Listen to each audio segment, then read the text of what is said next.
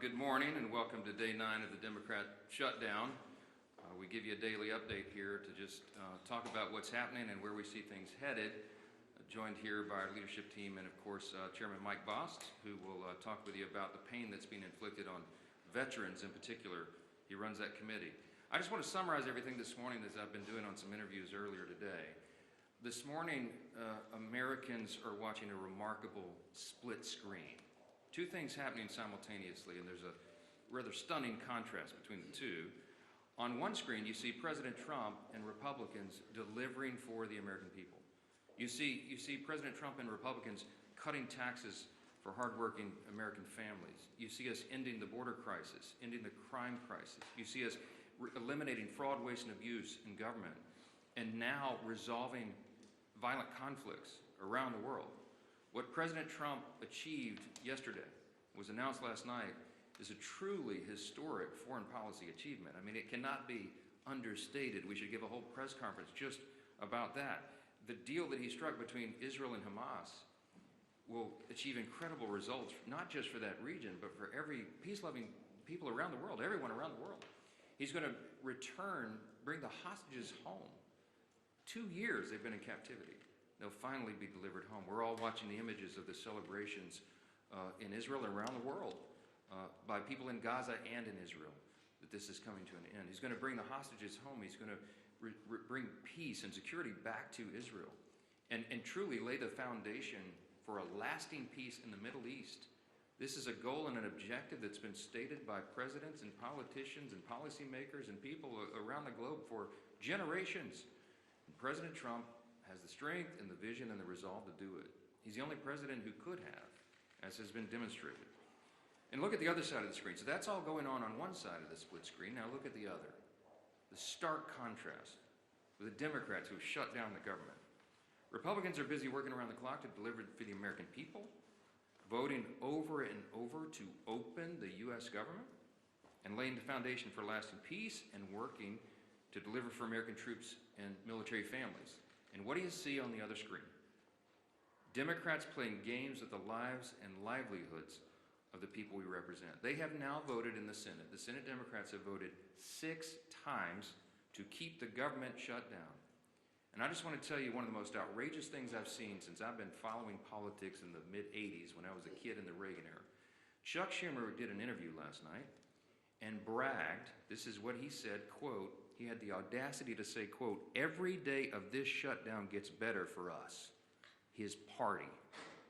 I don't even know how to comment on that. It's so stunning to me how callous he can be to play political games and use American citizens as the pawns in a political game.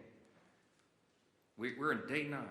The consequences of this Democrat shutdown are very real, and he can mock it and he can pretend like it gets better for him.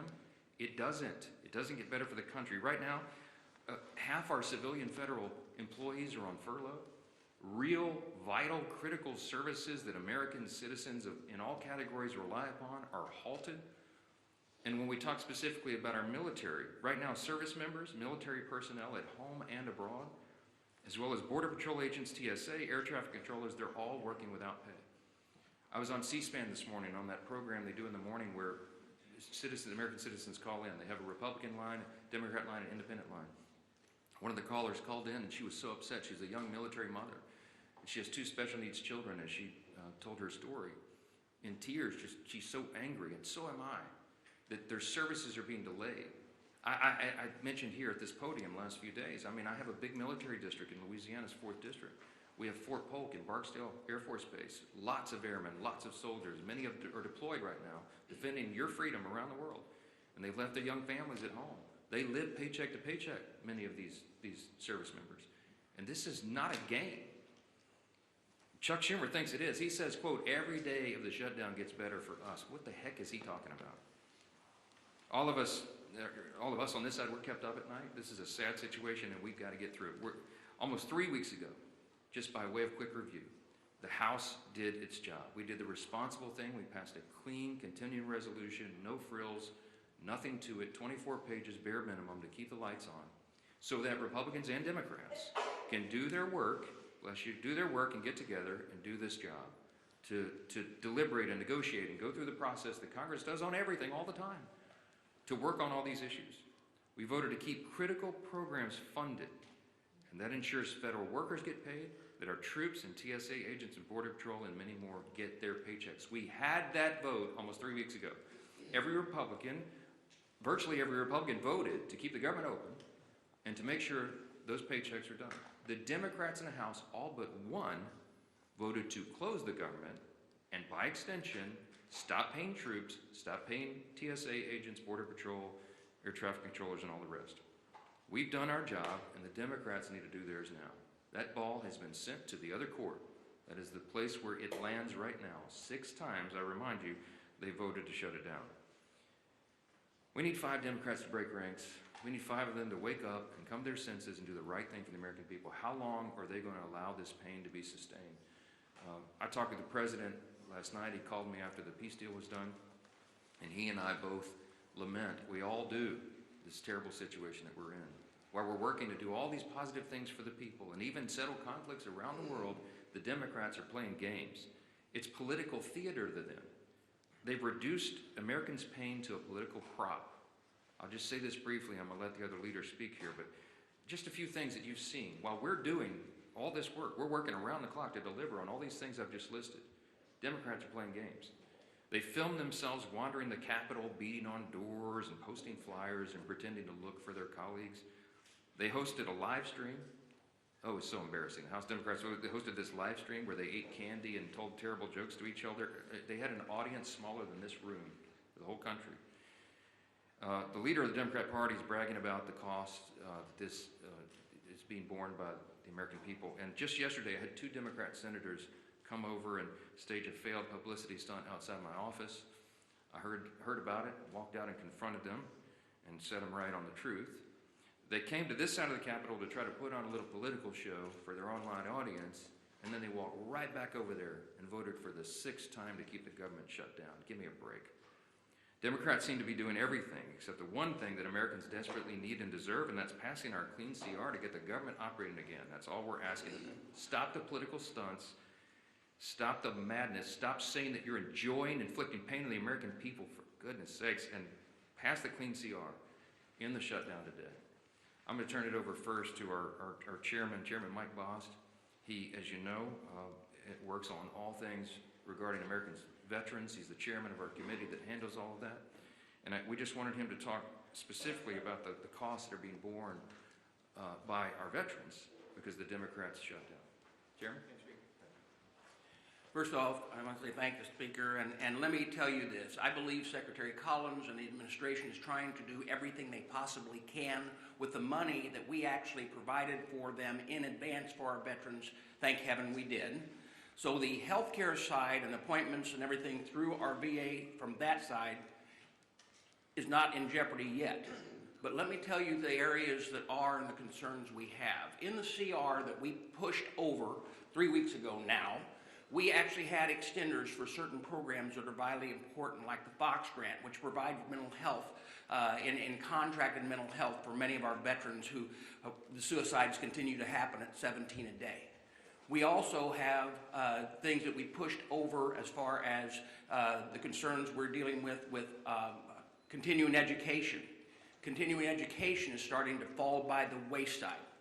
The concerns that we have with other programs like this, there's about 7 of those programs, but those are going to start falling by the wayside. Now, one of the concerns that we're already hearing is the GI Bill. Right now, we're hearing rumors that as many as half of the people that have a GI Bill are not receiving GI Bill payments to their universities, and therefore, when they get on the line to try to call to make sure that their education will continue and it'll be paid for, to try to straighten it out, there's no one there to answer the phones. That is a concern. Day to day, our veterans are trying to make ends meet. Day to day, they're trying to hold on to their benefits. And day to day, they keep hearing these concerns, and they're going to continue to get worse. As a veteran, and as someone who tries to provide for them, the fear that I have for them is as this goes on, it will only get worse. It's not a game. It affects real people's lives. Another program that's out there that is concerning is those that might be needing home health care. Those are private providers. Now, like I said, Secretary Collins is trying to shift things around, but the authorization language expired on the 1st of October. Folks, this is not a game. It's very, very serious. And let me tell you this as well. As I watch us coming up on the deadline on the 15th, that the first time that our not only our veterans in dealing with this, but our military personnel, our young enlisted that may have spouses and children that are making it payday to payday, are all of a sudden trying to figure out, I'm living payday to payday, but I'm going to get no pay due. Let me tell you, that's personal to me. That's who I was. When I joined the United States Marine Corps, I was 18 years old and turned 19 in boot camp, got married out of boot camp, had a child, and for a short period of time, it was during the Carter administration, and we were living payday to payday. And when you saw no pay due, not everybody's got a parent that they can call. And you don't have a credit rating where you can actually call a banker. And you know what? Rent's still due. Food's still got to be put on the table. And for someone to say, hey, you know what? It's getting better for us every day. It's not getting better for them every day. And they are the people that are standing on the front line to keep this freedom of this nation in place. We are going to continue to do our job. We did our job. We sent it to the Senate. All of these things that I talked about were in that continuing resolution. And we made sure from our part at the VA committee that they were. It is time that the Democrats quit playing games with those people who they claim that they're all for, our veterans and those who serve this nation. Thank you. Well, thank you, Mr. Chairman, and it just shows you the real cost of a government shutdown that Chuck Schumer's imposed on the country. We hear over and over these stories, and we're hearing more of them every day now that we're in the 8th day of this shutdown. The pain that is being inflicted on real people. I did a town hall meeting last night with thousands of people on the call, and a number of people talked about the problems they're experiencing. Seniors that want to make sure their Social Security checks are going to be delivered. Obviously, families of military personnel, we know those stories. We hear those stories. And what does Chuck Schumer say? You know, I read you the quote yesterday of a senator just a few days ago who said, quote, "The point of this shutdown is not just suffering for suffering's sake, but to make a point." That was a different senator. And then yesterday, Chuck Schumer, of course, says, quote, "Every day this gets better for us." And so you've got to ask yourself, if you're Chuck Schumer, and a good day for you is defined by how much suffering you can impose on other people, including our men and women in uniform, maybe you need to look in the mirror and check yourself at the door and wonder what it is you're up here trying to accomplish. Is that really why Chuck Schumer ran for office? To inflict pain on other people so that he can have a good day, a better day for himself. When that is your measuring stick for a good day, is how much pain you're inflicting on other American families, you have lost your way. And yet they vote over and over again to keep the government shut down. While trying to talk about other issues, we can be talking about those other issues without inflicting pain on people. We can be debating our differences, as President Trump said he wants to do, by opening the government back up again. And by the way, once we get the government back open again, if Democrats ever come to their senses, we still have a lot of differences to resolve. Those differences don't just get resolved tomorrow. November 21st gets closer every single day too. And then they're going to try to hold the American people hostage again on that deadline for some other unrelated issue, so that they can inflict more pain on the American people. But don't worry, Chuck Schumer will be having a good day if that pain's going to be inflicted on others. Thank goodness we have a president in the Oval Office who continues to stay focused on the job he was elected to do by the American people. And Speaker Johnson just pointed out how critically important that job President Trump is doing. As we mark the 2-year anniversary of the horrible Hamas attacks on Israel, President Trump is brokering a release of all the remaining hostages so that those families can finally get closure. Hopefully, some are still alive. We know, sadly, some are not. But those families want to have that resolved. They want to see their loved ones come home. And President Trump has worked tirelessly. He said he would work tirelessly. And he continues to deliver for the American people. He continues to lead on the world stage and stand up to the bullies around the world. He continues to fight for American families who are counting on him. And then you look at what he has to fight against. He's got to fight against governors who are going to court to block the president from keeping the citizens of those states safe. You're in Chicago, Illinois. You don't care about the party affiliation of a criminal. You just want to be safe in your community, and today you're not. And President Trump is trying to make you safe. You would think your governor for one day would put aside those petty differences and say, well, gee whiz, Mr. President, finally we agree on something. But no, the Democrat Party has made a decision. Every day they wake up and they just want to fight Donald Trump. It doesn't matter what it is he wants to do. He wants to keep communities safe. They're going to fight him on it. He wants to keep the government open. They're going to fight him on it. President Trump wants to make sure our troops are paid. Chuck Schumer wants to fight him on it and talk about how good of a day it is for Chuck Schumer. When that happens, their party has lost their way. And it's not too late to come back. And so there will be other votes. Hopefully, we get 5 more Democrat senators that come to their senses and stop inflicting this pain on the American people. It's causing real harm on families. And hopefully, they stop worrying about what that measuring stick is that says they have a good day only when the American people are having a bad day. Stop inflicting pain on the American people, Chuck Schumer, and open the government up. End this madness. Our whip, time out.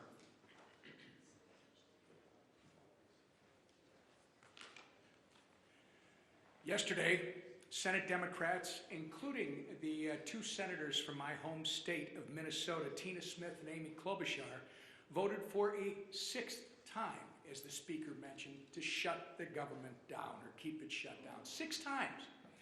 That's 6 times that Senate Democrats have voted against, as Leader Scalise was just talking about, paying our troops. 6 times that they voted against the 13,000 Minnesota National Guardsmen who are showing up to work without receiving a paycheck. 6 times that they voted against supporting federal workers, air traffic controllers, border patrol agents, and the list goes on and on. And why? Because Democrats have decided they'd rather hold the American people hostage than pass the same nonpartisan clean CR that they supported just 6 months ago and that they passed 13 times under the Biden administration. Tina Smith claims she shut the government down so that she can, quote, protect Minnesotans' health care, unquote. But Tina, if that really was the case, why do you support a $1.5 trillion spending proposal that would give health care to illegal aliens while cutting $50 billion from rural health care? Is she just not being honest? This was never about health care for the Democrats. This has been about picking a fight with President Trump so that they can try to score points with the terrorist wing of their party. It's pure politics, and nothing reveals their true motivations more than Chuck Schumer taking a victory lap, as both the Speaker and the leader have said, saying every day this gets better for us. So every day that our troops, TSA agents, and air traffic controllers work without pay is a better day than the last? That's disgusting. And every single person in this room should be holding Chuck Schumer accountable for his words. Unfortunately, Minnesota's 2 senators continue to follow Chuck Schumer off the end of the political pier with their needless shutdown. Earlier this week, our entire Minnesota Republican congressional delegation sent a letter to Senators Smith and Klobuchar, urging that they please do the right and responsible thing by passing the House's nonpartisan clean CR and end the massive amount of pain that they're inflicting on Minnesotans and the American people. Our message today is still the same, and it's not going to change. All of us are united. It is enough with the games. Pass our CR. Get the government up and running again for Minnesotans. And I say this to my two senators, the people that elected you to do your job. Do your job. Your constituents deserve better than this. And with that, I turn it over to our conference chair.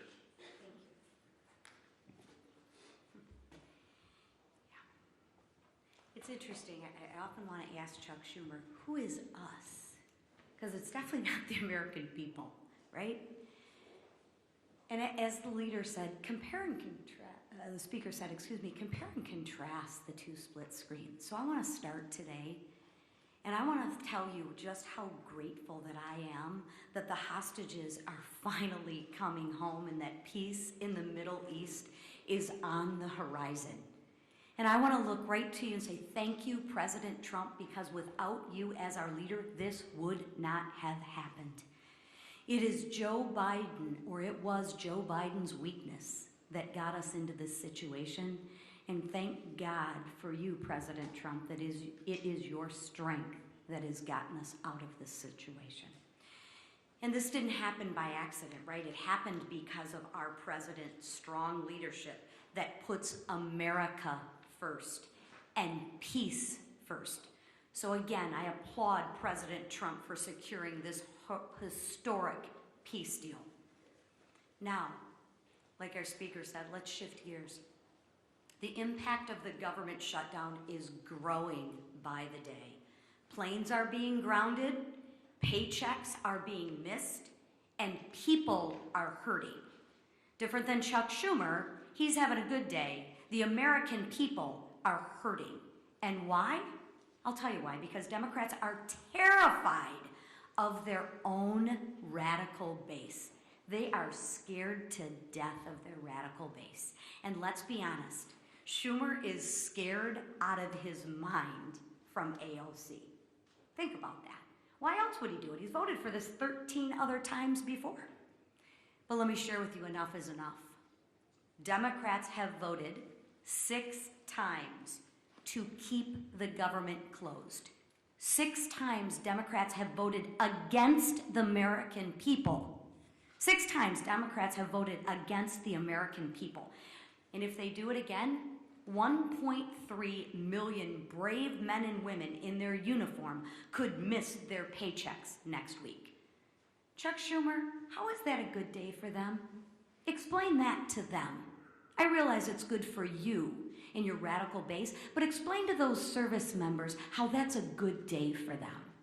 That's 1.3 million families wondering how they are going to pay the bills, how they're going to buy groceries, how they'll fill the gas tank.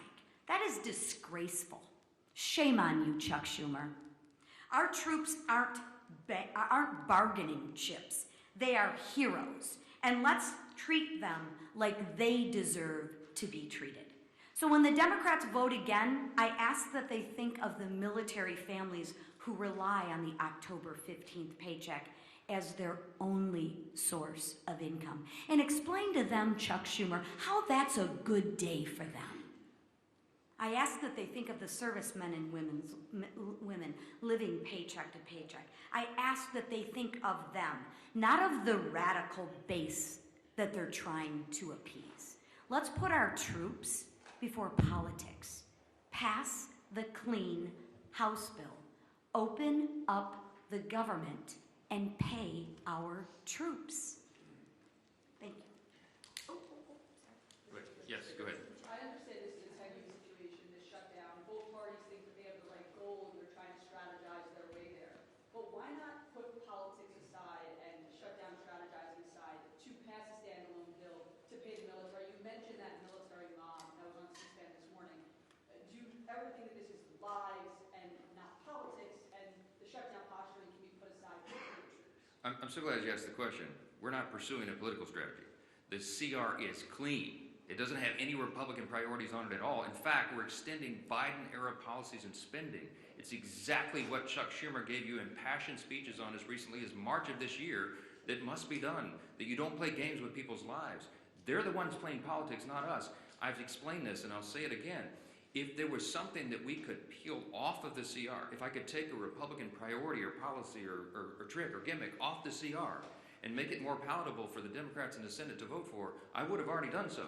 But I didn't send any of that on. We sent a totally clean document over there because we're operating in good faith. What's our goal, our strategy? To keep the lights on for the people of this country so that we can have their Congress working to resolve all these issues. They're trying to make this about health care. It's not. It's about keeping Congress operating so we can get to health care. We always were going to.